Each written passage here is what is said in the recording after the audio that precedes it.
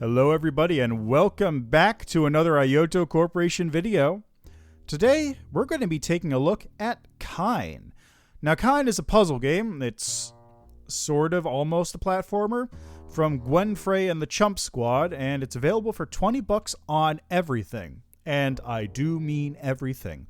It's available on PS4, Switch, Xbox One. It's on PC, on Epic currently, and it'll eventually release on Steam. And it's on Stadia. So yeah, when I say everything, I mean everything. Now the game has you taking the role of sort of a conductor or guide for a trio of musical instruments, trying to make it big in the world of jazz music. Or I guess it's actually a trio of musical instruments who are also robots playing themselves. It's a bit confusing. Here is the first of the robots, Rue, the pianist. The basic way to traverse each level is by rolling around. You know, it's fairly simple in that respect, not too hard to sort of get to grips with. And throughout each of the levels, the characters will interject little dialogue bubbles as you move around and sort of run into various obstacles or interact with the other characters that are in the level. Here's our second member of the band, Quat. And this is where the game introduces the first of the real sort of mechanics in the game. So with Rue, you could just roll around freely, but Quat has this big thing sticking out of him, right? Which means you can't move wherever you want. But you can move that by pushing the A button. And probably most importantly, you can change your vertical position while you're on it like this. So for example, I can't actually get over to this spot where I need to get across, right? But what about if I did this?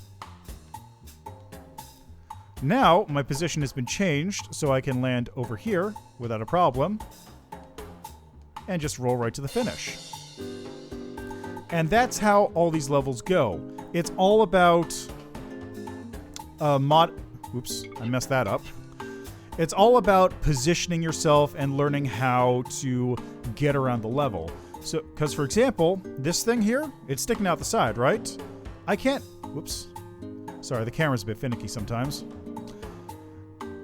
You can't move back, for example, because this thing is gonna hit that little bit of wall. And I can't go forward because it's going to hit this bit of geometry too. The wall in specific. The rest of it sort of just fades in and out as you play. Alright, I want to go here, up, over, and there we go.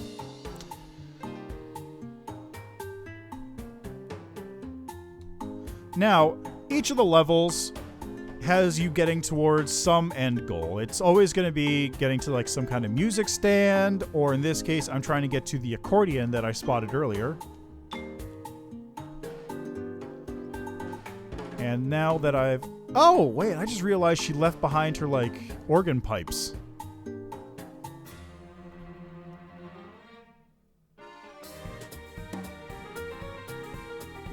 Hey, you're a drummer. Yeah, I was saying, cool, we should play together sometime.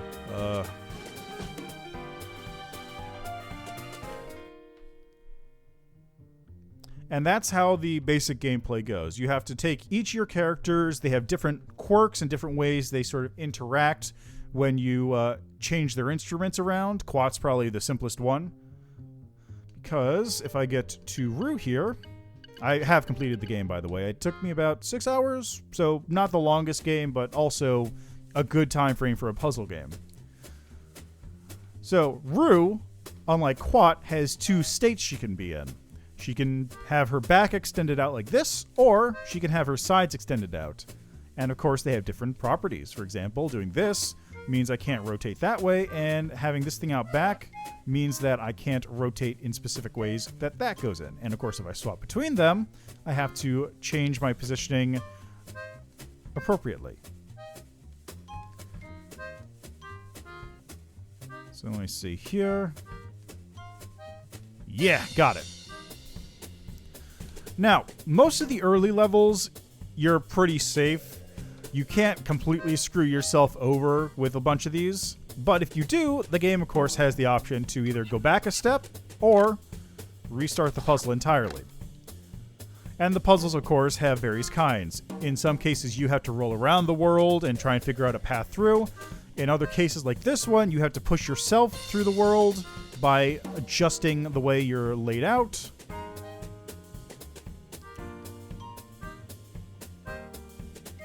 In some cases, both.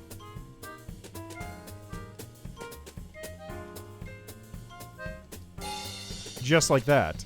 And that's sort of the flow of each of the levels.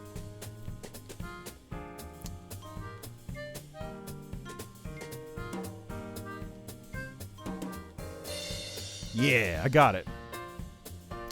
And then, of course, you have levels like this where you have to navigate the terrain in order to actually get yourself through appropriately. Whoops, that's right. Now,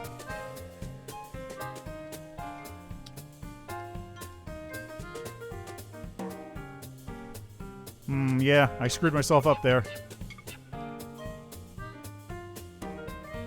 There we go. Nope, that's not it. Hey, got it. And of course, as you go through each of these levels, the characters will sort of talk to you, cheer you on, cheer themselves on, depending on the situation.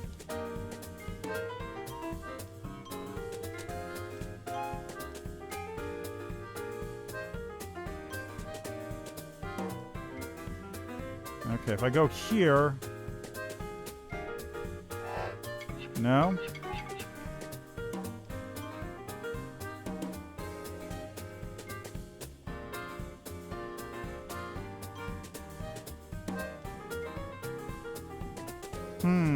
Tricky! Let me see here. Where was I?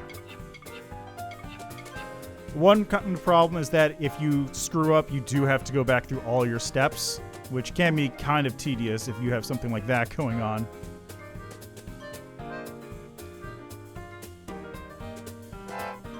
Yeah, there we go. And as you get through the levels more, the music starts to pick up and get more intense.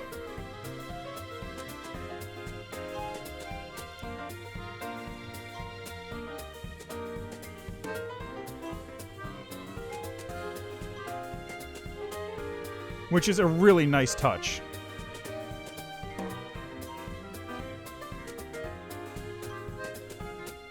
Yeah, got it. Alright, let me see here. If I roll...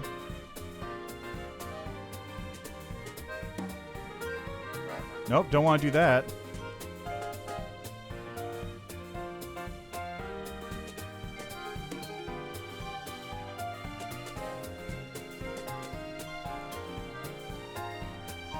Yeah, got it.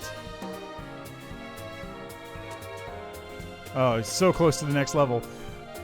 All the levels are really well laid out, though. Like, there's nothing where it's too impossible to solve the level, generally speaking. There's a couple levels where I kind of had a small gripe where... I guess the best way to put it would be the levels sort of assume you knew how specific physics work, which you kind of were taught not to do. Just as an example, if I were to go here... Hey, I did it. Let me see. This next level might have a better example. Yeah, this is fine. So let me say, for example, I was going to push myself... I actually can't do it. That's unfortunate. But in some levels, you're able to push yourself off a ledge. A lot of the time, that would just, revert you to your previous state. You wouldn't be able to continue onwards. But in some of the levels, it requires you to stand on top of another person or stand on top of a thing and push yourself off, which is very counterintuitive to everything else you've been doing in the game. Because normally, that just sort of causes you to reset and have to start over again.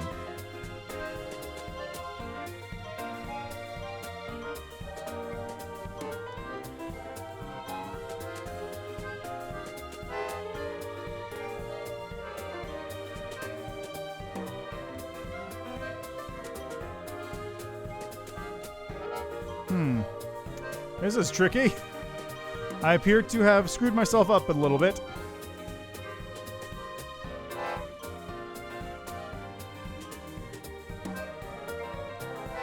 I'm just trying to get to the main stage there. It's right there. Game, please. One nice thing, though, is that the game does sort of give you little shadows there to show where you can actually go, even if they maybe aren't the most helpful sometimes. Like, I can see my shadow right there to the sides. I can't move there, unfortunately. Let's see if I try rotating.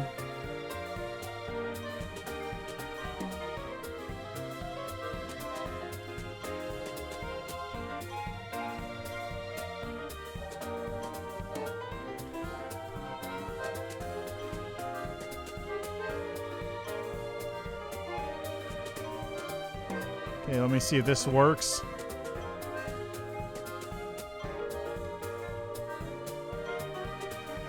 Nope. There we go.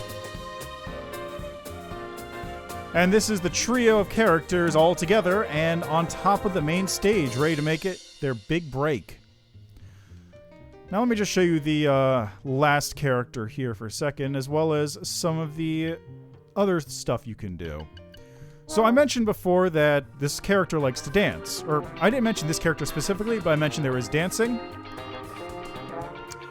And this is what the dancing takes place with. You push yourself around the level, and you have to sort of get to each of the switches or what have you to progress onwards.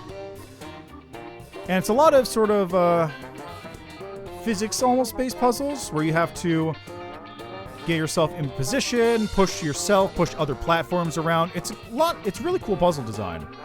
Like, the puzzle design in this game is actually super fantastic, even if I may not be the best at it. So, for example, I do this, and then I put myself up. Let's see, fling myself up, and there we go. So that's sort of how the dancing levels are going. There's a couple of these. They're not sort of the main focus, but there's a couple mechanics very similar to it, and it just goes to show you that there's a bunch of different ways to have the game set up that isn't just get to the music stand. And finally, let me just show you the Jazz Club. This is going to be an example of all three characters together. So, for example, here, my goal, because he's the highest one up, is to get my trombone player, Euler, over to the music stand there. Trick is, I have to figure out how to do that. So my thought is I can get Quat there, get Rue into position here, and have Quat just flip over here.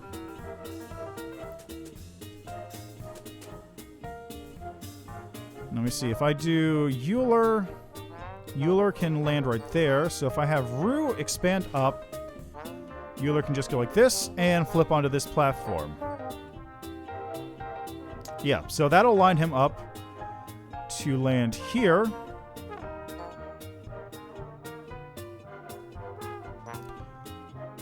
I don't actually want him to land there, come to think of it. I want him to roll off onto this spot so I can just have him flip over there.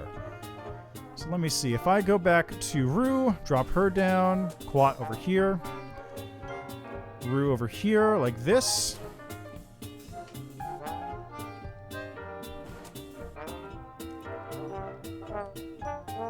And that's the solution. Now, I just want you to listen to something real quick. Watch this.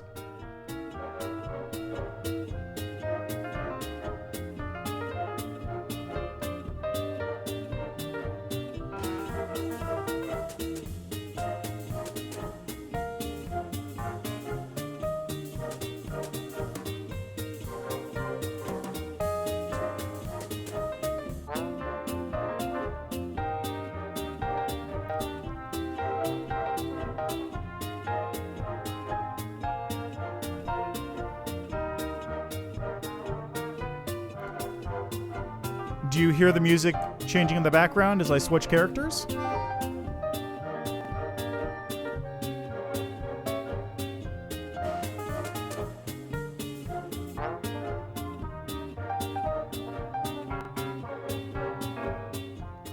it's just a really nice subtle touch, and I really dig it. It's a nice little touch that they didn't really need to add, but they did, and it works great. And it just adds a little bit of something extra to it as you're listening to the soundtrack. And trust me, you will be listening to the soundtrack a lot because sometimes these levels get a little tough.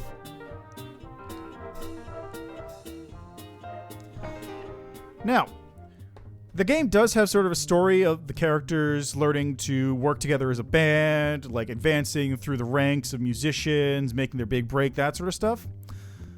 I wouldn't say it's the best told story just because of the format it's being told in. Everything is done within the puzzles. There's no like story segments in between each puzzle apart from like maybe a couple lines. But it does a good job of it despite that. A lot of the focus is sort of on the interaction between the characters, them literally learning to rely on each other by standing on each other, which goes together with the whole musical thing about supporting the other players in the band, that sort of stuff. All in all, though, I think it does come together pretty well. The only thing I might say is like maybe the story's a bit too simple, but it's a puzzle game. I don't really think you came into a puzzle game for high narrative work, and the narrative is pretty good by itself. If it's worth $20, I would say it is, having finished it. Like I said, I've beat the game in about 6 hours, so it's maybe a bit short for a normal game at $20.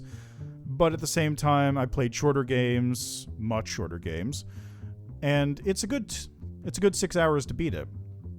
6 hours, honestly, is probably good for a puzzle game. If it was 8 hours long, I probably would just stop altogether, and especially if it was longer than that, because I don't have the brain power to focus in on something like that for that long. It would probably fry me completely, and I would just never come back to it. Which has happened to every puzzle game in my Steam library, basically. Anyway, back on track. I would say absolutely check this game out if you're interested. The music is great. It's not overbearing. It's nice, subtle in the background when it needs to be, and when it isn't, it's bombastic. It's out there. The interactions between the music changing as you switch characters is just a nice touch. And overall, I think it's a pretty good job. Check it out on whatever you want because it's everywhere. And I'll see you next time.